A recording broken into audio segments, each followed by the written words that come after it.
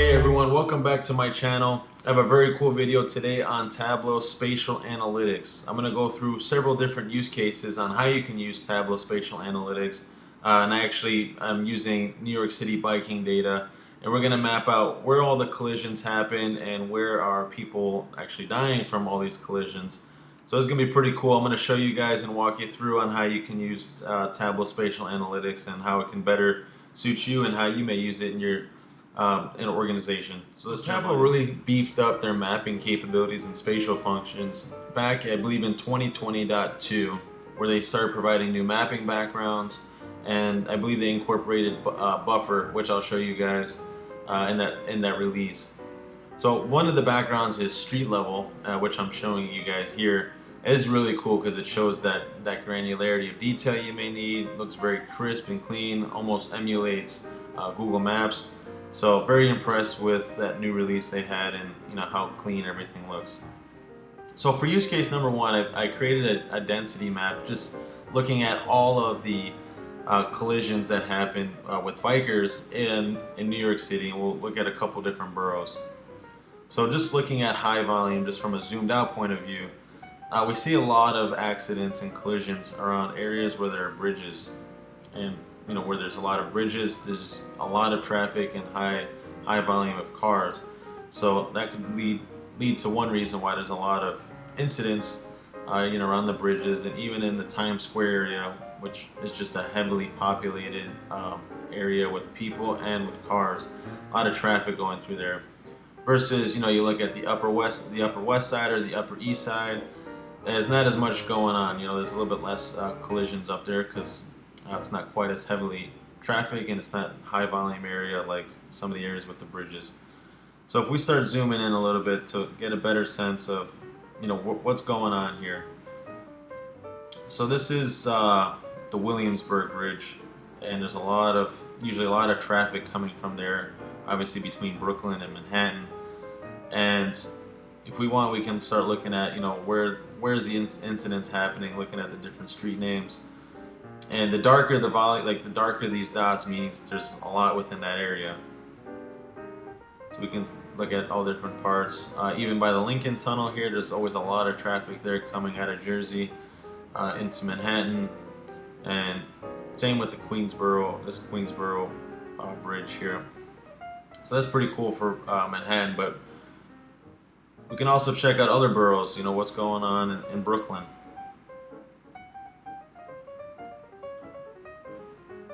So we zoom out a little bit, and we see that there's a total of 44,000 accidents that happened so far this year.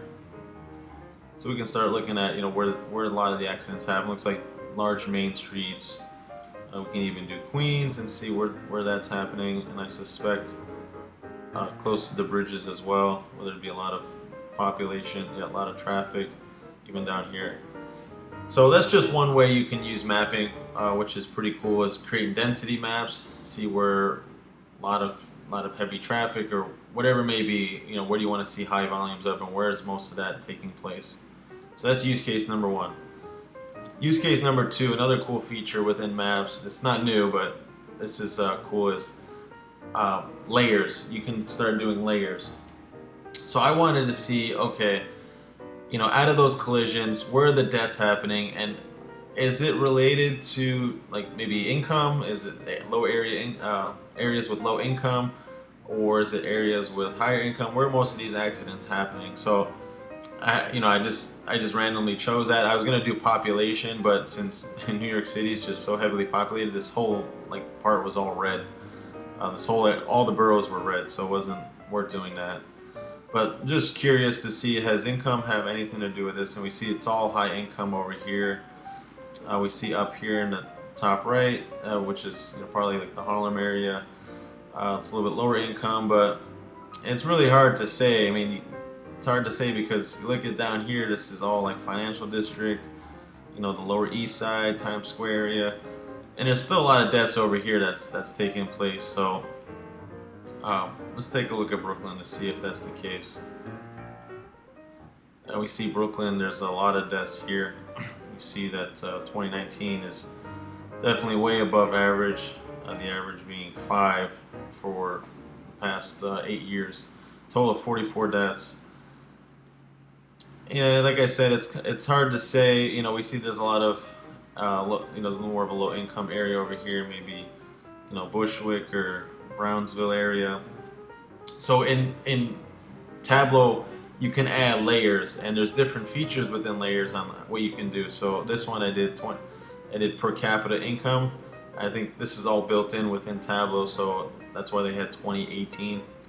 But there's also like population, gender, number of households. So that's really cool if you guys want to check out the different layer features that you can do. But so I mapped out the deaths with, looking at the income, and it's almost hard to say. There's just New York City is just so populated that it may not necessarily be due to income. Because we saw back in Manhattan, there was all around here in Fidei, which is a pretty affluent area, a lot of wealthy people living down there. So that's use case number 2, using map layers. Use case number 3 are line maps, which I like, is pretty cool. So as this loads here, so I chose a specific location where I usually like to start my bike ride, being here by 72nd Street, so I can come down here to Riverside Park and start my ride. So I wanted to say, okay, area that I'm pretty close to, I want to see how many deaths were there within a 4-mile distance from me. So we see that there's about 13 deaths within 4 miles from where I am. So I mapped out by lines, okay, what's the distance? So we see one here, Central Park South, 1.2 miles. This one's pretty close to me. And it gets a little tough because you have to keep only. This one's less than a mile from me. But the ones that are in red are areas that are within 4 miles, and the ones that are in blue are greater than 4 miles. But that's a cool feature within Tableau, is you can start doing lines, and you can say, okay, well, where are certain things taking place? How far is it? So I thought that was cool. And let's look at, let's say, the Bronx, and since nothing's within 4 miles, it's all going to be blue. But you can see, particular areas, and everything just adjusts by the line. So we say this is 5 miles, it's pretty close. 4.5 miles. So a cool feature would be, and you can do this, I didn't go through do this, but you can actually do a parameter and you can input certain locations. So let's say you don't want this happening in this spot, you want to change it to another place, maybe in Queens, and compare a certain location in Queens to Bronx, or from Brooklyn to Queens, whatever it may be. You can adjust this using a parameter, have someone input the parameter, and you can see the locations, the distance locations to that using the lines. So that's a real cool feature I like within Tableau, is these lines. And the last use case is something that I find really cool, is these buffer maps. So being able to see a buffer around areas where there's been deaths, I said 1,000-foot radius. So I wanted to see, okay, how close are the deaths with each other? So the previous one I just showed you was a line from a specific location, like a specific distant location. This one is more of a radius. So we see up here there's about a cluster of people who have died from biking, all within 1,000 feet. I mean, this is all pretty close to each other. So we get a better sense of, okay, what is the death from, and what time did it occur? So this is a passenger vehicle, and the time is actually military time. So this is 9 o'clock that happened.